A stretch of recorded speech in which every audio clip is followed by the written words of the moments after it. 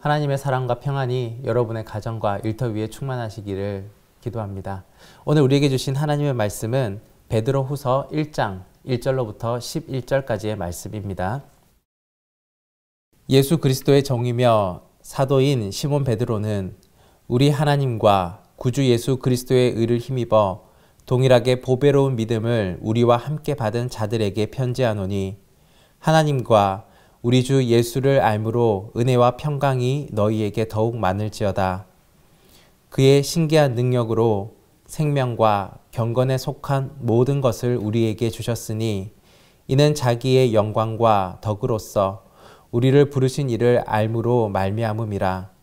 이로써 그 보배롭고 지극히 큰 약속을 우리에게 주사 이 약속으로 말미암아 너희가 정욕 때문에 세상에서 썩어질 것을 피하여 신성한 성품에 참여하는 자가 되게 하려 하셨느니라. 그러므로 너희가 더욱 힘써 너희 믿음의 덕을, 덕의 지식을, 지식의 절제를, 절제의 인내를, 인내의 경건을, 경건의 형제우애를, 형제우애의 사랑을 더하라.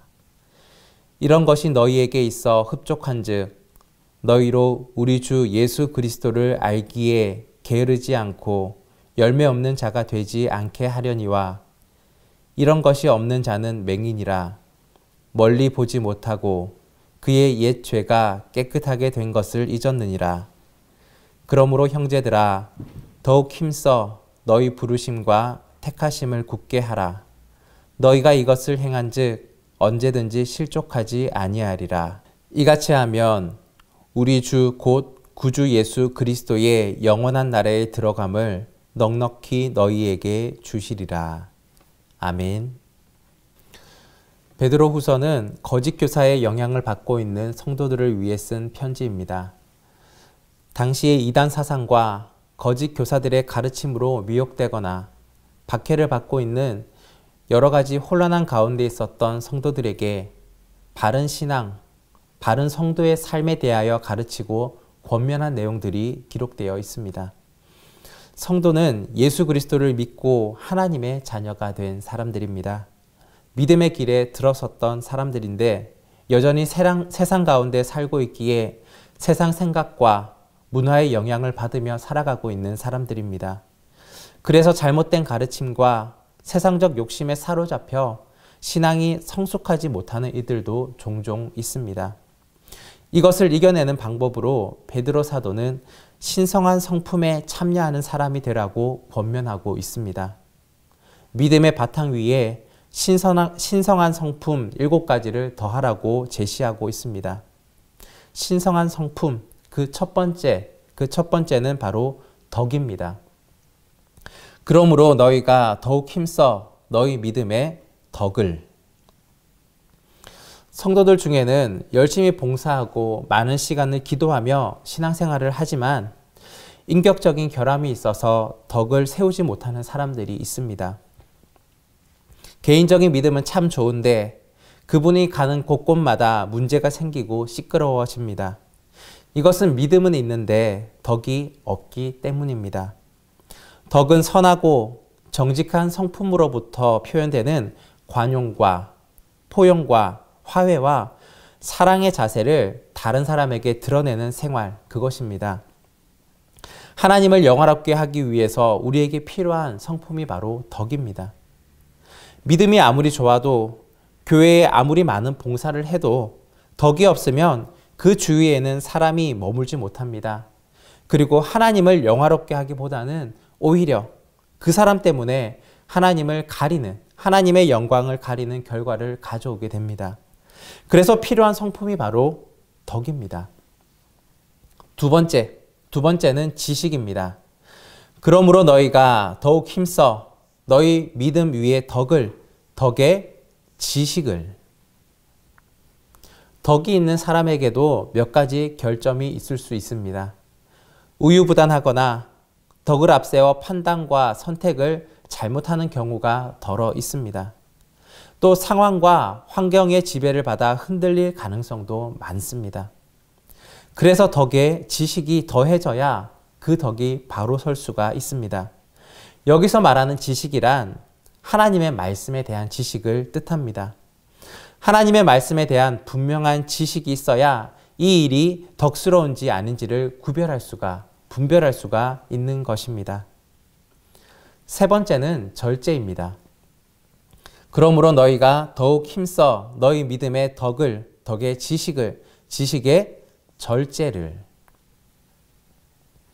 지식이 많은 사람들을 보면 판단하고 비판하는 것을 잘하고 자기가 알고 있는 것을 다른 이들에게 드러내기를 좋아하는 경우를 많이 봅니다. 그러나 지식을 다른 사람을 판단하는 도구로 사용하거나 자기 자랑을 위한 도구로 사용한다면 그것은 오히려 지식을 가지지 못한 것보다 못합니다. 오히려 하나님의 영광을 가리는 결과를 가져올 수가 있는 것입니다. 그래서 지식에 필요한 것이 바로 절제입니다. 지식이 중요하지만 그것이 하나님의 영광을 위하여 또 다른 사람들의 유익을 위하여 사용되기 위하여서는 절제가 꼭 필요한 것입니다. 절제가 있을 때 그 지식이 값진 것이 되는 것입니다. 네 번째는 인내입니다. 그러므로 너희가 더욱 힘써 너희 믿음의 덕의 지식의 절제의 인내를. 인내는 괴로움이나 어려움을 참고 견뎌내는 것입니다. 절제는 정말 쉽지 않은 덕목입니다. 그런데 이 절제를 이어나가게 하는 것이 바로 인내입니다.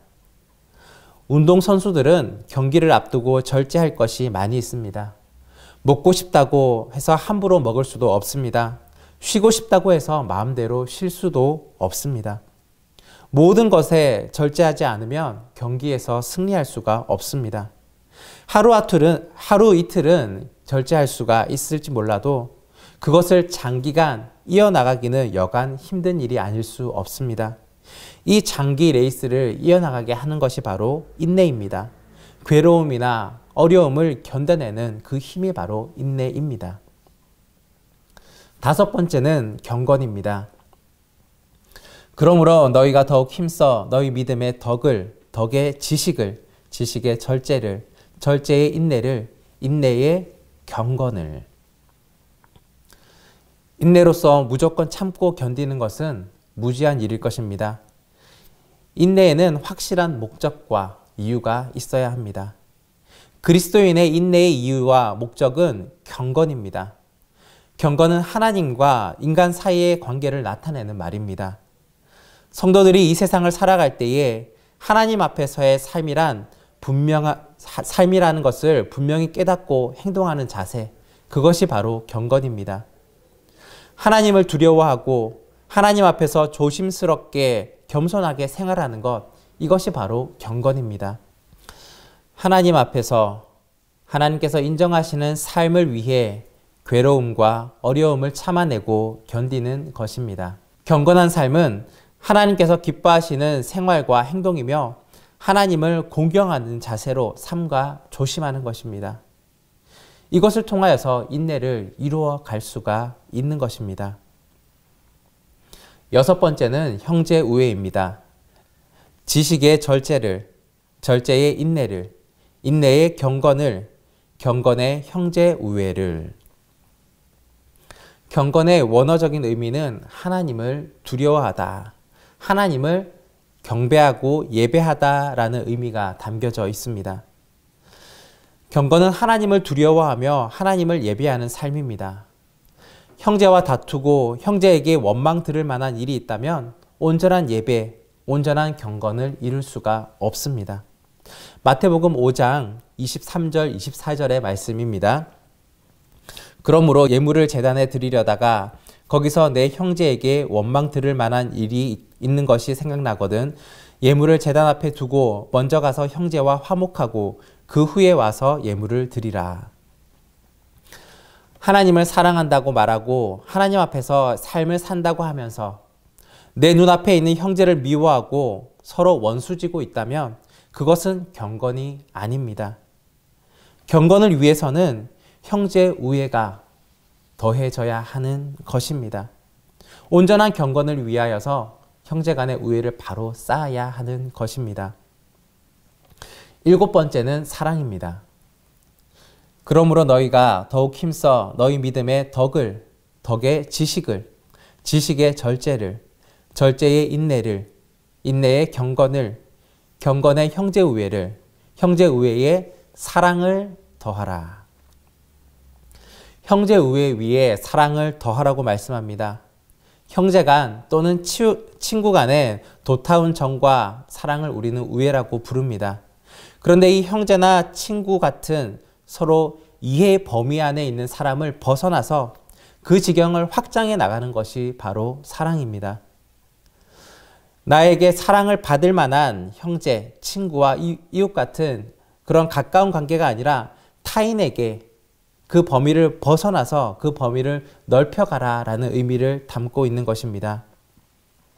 사랑은 하나님의 최고의 본질이며 기독교의 가장 큰 덕목입니다.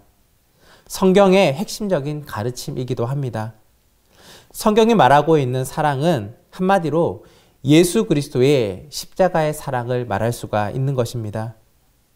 우리 주님께서는 내가 너희를 사랑한 것 같이 너희도 서로 사랑하라 라고 말씀하셨습니다. 요한복음 13장 34절 35절의 말씀입니다. 새 계명을 너희에게 주노니 서로 사랑하라. 내가 너희를 사랑한 것 같이 너희도 서로 사랑하라. 너희가 서로 사랑하면 이로써 모든 사람이 너희가 내 제자인 줄 알리라. 아멘. 예수님께서 자기 목숨을 내어주기까지 사랑하셨던 그 사랑을 이웃에게 값없이 실천하며 살아간다면 이것이야말로 참된 신앙의 모습이며 예수님의 제자로서의 증거일 것입니다. 사랑에 이를 때야 비로소 그 믿음이 완성되는 것입니다. 사랑하는 여러분, 신앙의 여정은 출발하기만 하면 완주가 자동적으로 이루어지는 것이 아닙니다.